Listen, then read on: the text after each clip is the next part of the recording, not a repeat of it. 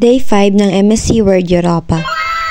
Isang araw nga pala tayong nasa gitna ng dagat. At dahil hindi naman tayo bababa ng cruise ship, nag-request ako nung gabi ng breakfast in bed. Sa loob ng cabin, may matatagpo ang kangang form kung saan pwede kang mamili ng gusto mong breakfast kinabukasan. After mong mamili, isasabit mo lang yung form sa may pintuan before 2 a.m. Pwede ka din mamili kung anong oras mo gustong i-deliver sa inyo yung breakfast nyo. At dahil madalas 6 to 6:30 a.m. gising na kami, ang nilagay ko 7 a.m. Diyos mio Marimar, 7 a.m. tulog na tulog pa ako.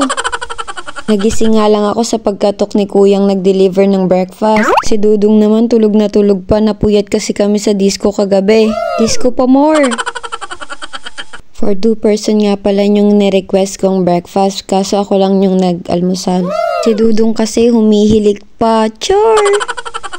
Limit nga pala yung choices nito pag pinadeliver mo. Pero kung sa buffet ka naman, naku mga inday, sobrang daming choices. Wow! Ang sarap mag-Sharon. Uy!